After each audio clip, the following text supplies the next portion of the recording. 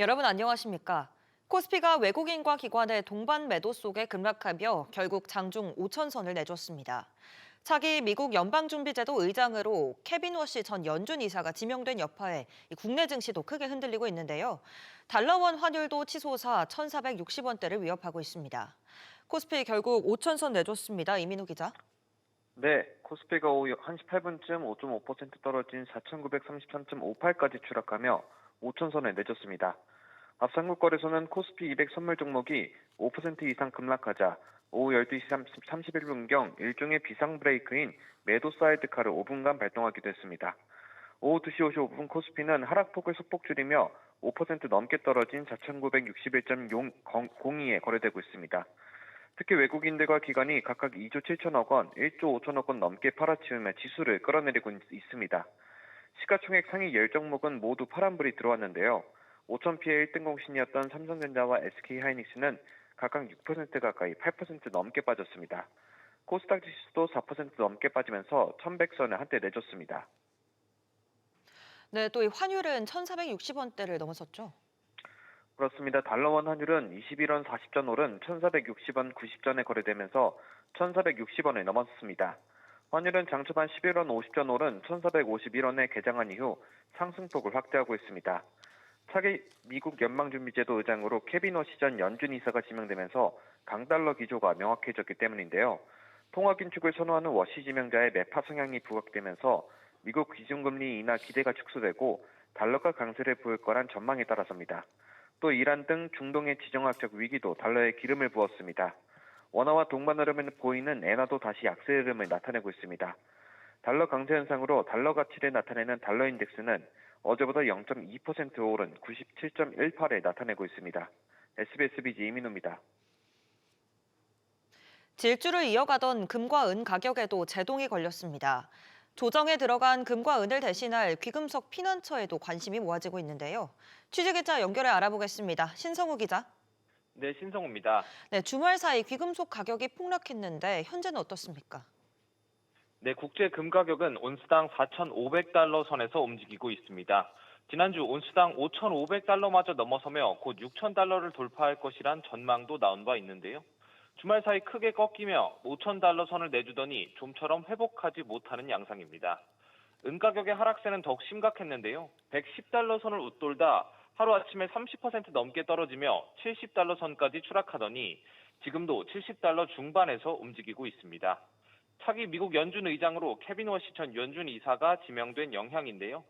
거론되던 후보자들 중 가장 매파 성향으로 평가되는 만큼 지명 후 달러 가치가 반등했고 상대적으로 귀금속 가격은 급락한 겁니다. 네, 그렇다면 앞으로는 어떻게 될까요? 네, 일각에서는 금, 은에 대한 저가 매수 기회가 될 수 있다면서도 니켈, 구리, 아연 등 비철 금속에 관심을 가져야 하는 시점이라는 분석도 나옵니다. 금, 은에 머물던 유동성이 해당 종목들로 유입되기 시작할 것이란 관측입니다.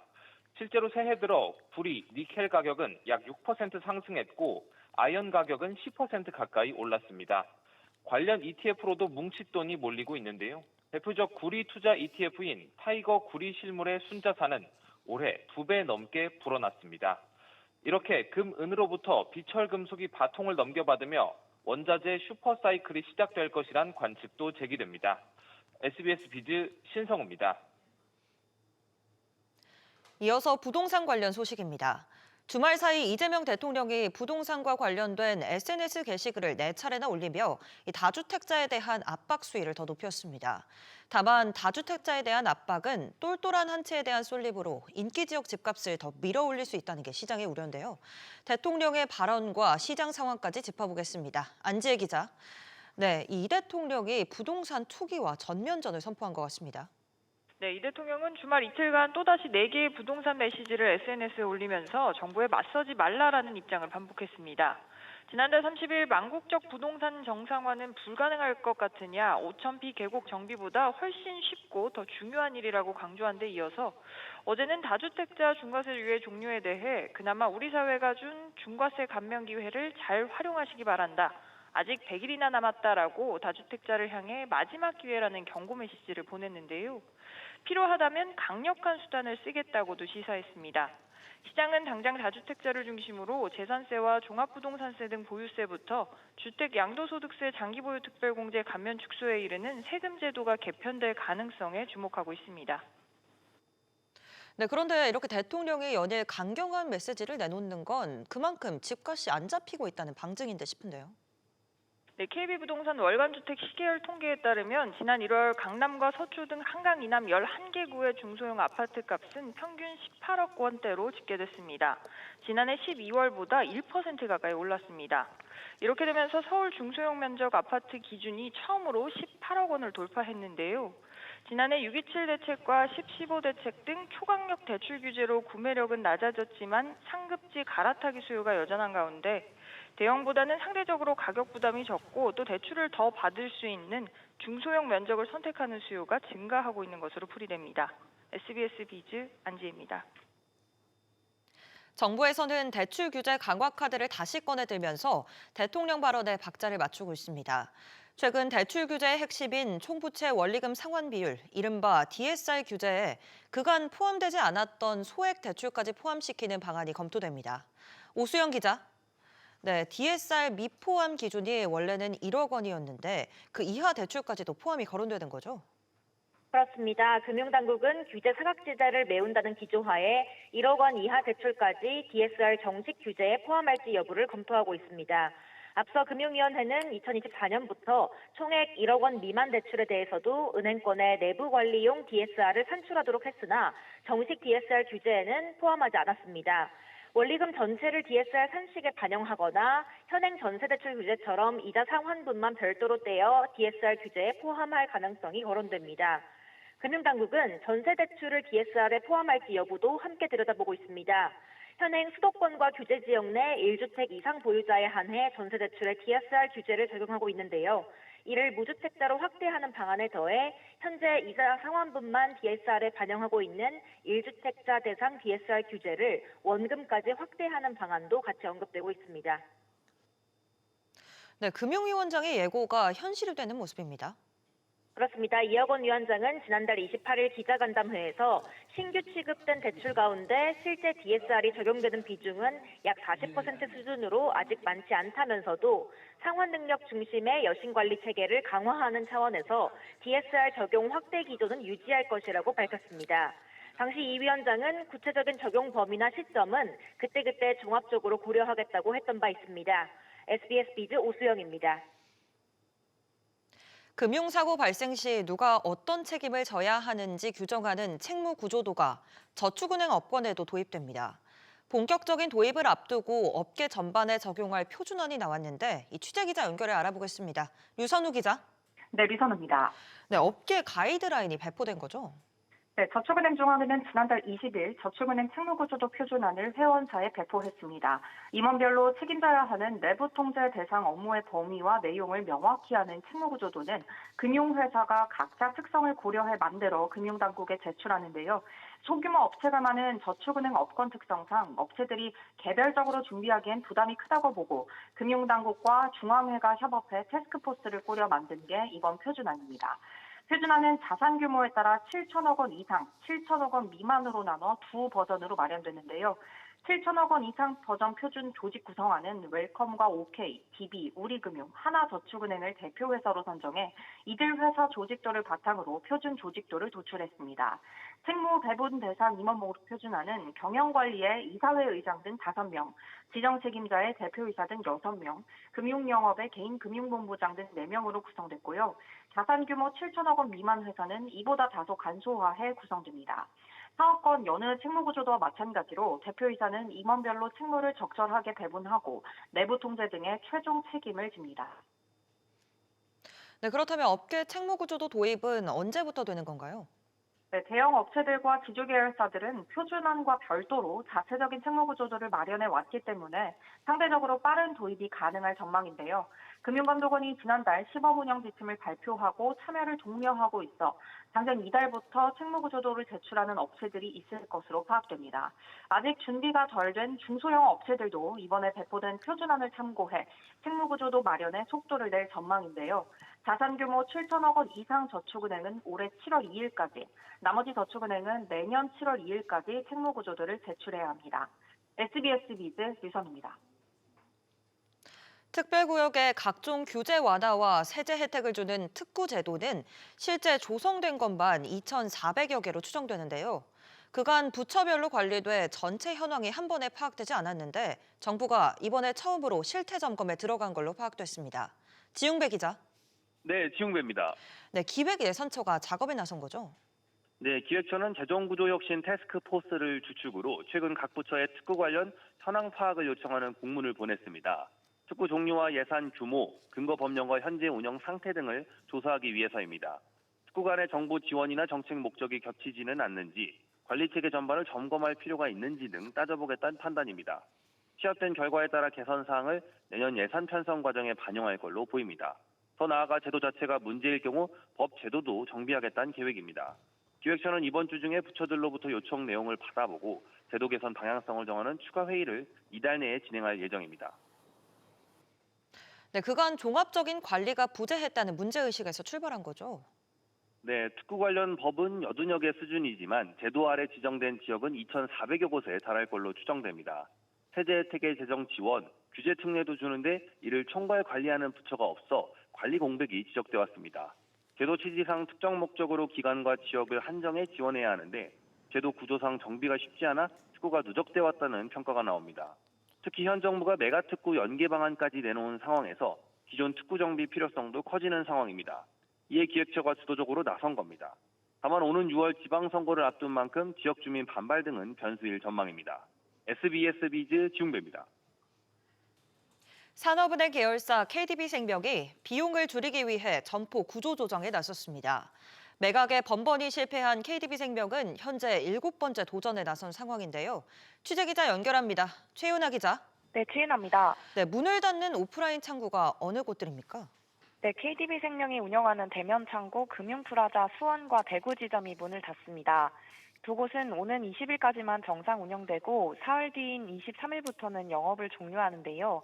KDB생명은 서울 용산구에 위치한 본사를 비롯해 수원과 대구, 광주, 부산 5곳의 금융프라자를 운영 중이었는데 3곳만 남게 됐습니다.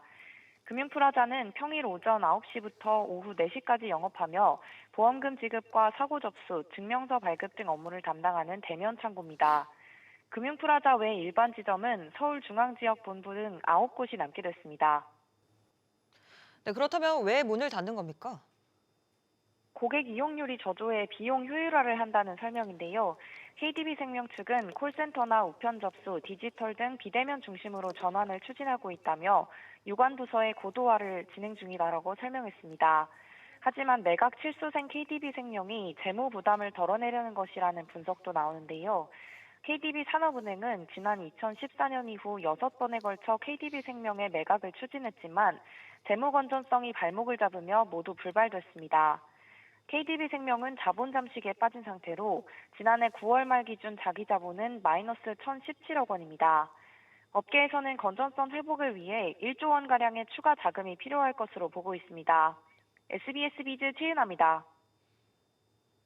배터리 업계에 닥친 역대급 한파로 삼성 SDI가 지난해 2조 원에 육박하는 영업 손실을 기록했습니다. 하지만 테슬라 등 거물급 고객사를 확보한 걸로 알려진 ESS 사업을 구원투수로 도입해 전기차 부진을 씻어낼 반등의 역전극을 준비하고 있습니다. 엄하은 기자. 네, 엄하은입니다. 네, 삼성 SDI의 실적이 크게 악화됐군요.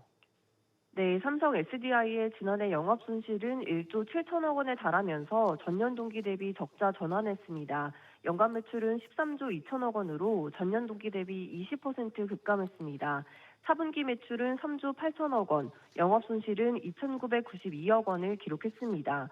부문별로 보면 배터리 부분 매출은 3조 6,220억 원으로 전년 동기 대비 1.6% 증가했지만 영업 손실은 3,385억 원으로 집계됐습니다. 전자재료 부분은 매출 2,367억 원, 영업이익 393억 원으로 전분기와 비슷한 수준을 유지했습니다. 소형 배터리 수요 회복 지연 등으로 지난해 실적 부진을 겪었지만 ESS 사업 중심으로 판매 기반을 강화한 것으로 풀이되는데요. 삼성 SDI는 오늘 컨퍼런스 콜에서 현재 비중국계 업체 중 유일한 각형 배터리 제조사라면서 미국 현지 생산 공급을 위한 생산 능력 확대도 추진 중이라고 설명했습니다. 네, 삼성 SDI의 수익성 개선 전략은 무엇인가요? 삼성 SDI는 ESS용 배터리 생산 능력을 가동하고 각형 LFP 배터리가 적용된 SBB 2.0의 미국 현지 양산에 속도를 내겠다는 계획입니다.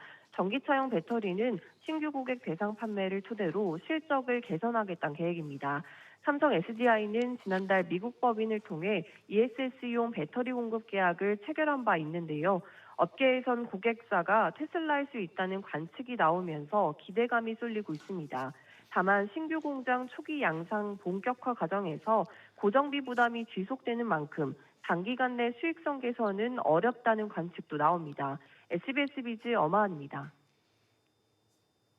밀가루와 설탕 제조사 전현직 대표 50여 명이 재판에 넘겨졌습니다. 검찰은 이들 민생 밀접 품목 기업들이 10조 원에 달하는 담합을 벌이면서 물가 상승을 초래했다고 보고 있습니다. 김한나 기자. 네, 김한나입니다. 네, 관련 회사 대표들이 줄줄이 기소됐다고요. 네, 그렇습니다. 밀가루와 설탕 기업을 대상으로 국민 생활필수품 담합 사건을 수사해온 검찰은 52명을 재판에 넘겼다고 오늘 밝혔습니다. 대한제분과 사조동화원, 삼양차 등 제분사 6곳의 대표이사를 포함한 20명을 불구속 기소하고 CJ 제일제당 등 설탕 제조사 대표급 임원 2명은 구속 기소했습니다. 검찰은 밀가루 업체들이 6년 동안 6조 원 규모 가격 담합을 벌임에 따라 밀가루 가격이 42% 넘게 올랐고 설탕 역시 4년여 동안 3조 3천억 원 담합이 이루어지면서 설탕 가격이 67% 뛰었다고 설명했습니다. 네, 이제 설 명절이 2주 앞으로 다가왔는데 먹거리 물가가 계속해서 오르고 있죠. 네, 그렇습니다. 한국농수산식품유통공사에 따르면 마른 김 평균 소매 가격은 10장당 1,515원으로 사상 처음으로 1,500원을 넘겼습니다. 국민 반찬인 김은 해외 수출이 급증하면서 3년 연속 가파른 가격 오름세가 이어지고 있습니다. 쌀값도 석 달 만에 최고치를 갈아치웠는데요. 20kg 가격이 6만 5천 원을 넘기며 평년보다 21% 상승했고요. 삼겹살 가격도 1년 사이 6%, 계란 가격도 21% 비싸졌습니다. SBS 비즈 김한나입니다. 두바이 쫀득 쿠키, 이른바 두쫑쿠의 인기가 식을 줄 모르면서 업체들의 마케팅도 과열되고 있습니다. 품질과 위생 문제가 터져나오는가 하면 이 스타벅스 제품은 중고거래에서 3배가 넘는 웃돈이 붙었습니다. 이정민 기자. 네, 우선 품질 위생 문제가 불거지고 있다고요. 네, 식품의약품안전처가 국회 보건복지위원회 소속 서미화 의원에게 제출한 자료에 따르면 지난달까지 두쫀쿠 관련 모두 19건의 신고가 들어왔는데요. 위생관리와 무허가 영업이 각각 7건으로 가장 많았고 이물질이 나왔다는 신고도 2건 있었습니다. 위생 관련해선 카페 두쫀쿠를 먹고 식중독 증상을 호소하는가 하면 곰팡이로 의심되는 사례와 손톱 크기의 이물질이 발견되는 등의 신고가 이어졌습니다. 또 중고거래 플랫폼에서 개인이 가정에서 만든 두쫀쿠를 판매하는 등 무허가 영업 의심 사례도 나오고 있습니다. 뿐만 아니라 두쫀쿠 주재료인 카다이프면 대신 소면을 쓰는 사례 등도 온라인상에서 논란이 되고 있습니다. 식약처는 두쫀쿠 관련 3,600여 개 음식점 등에 대한 집중 점검에 나선 상황입니다. 네, 이 인기가 식을 줄 모르면서 두쫑쿠 판매에 대기업들도 합류하고 있다고요. 네, 파리바게뜨에 이어 스타벅스, 투썸플레이스 등이 관련 제품 판매에 뛰어들었는데요. 스타벅스는 서울 6개 매장에만 두쫀 롤을 한정 판매하면서 고객들이 새벽부터 줄을 서는 오픈런이 벌어지고 있습니다. 두쫀 롤 1개 가격은 7,200원에 달하는데요. 당근마켓 등에서 2만 원, 비싸게는 5만 원에도 거래되고 있습니다. 이런 가운데 피스타치오 수입 가격이 1년 새 80% 뛰는 등 관련 물가도 치솟고 있습니다. SBS 비즈 이정민입니다.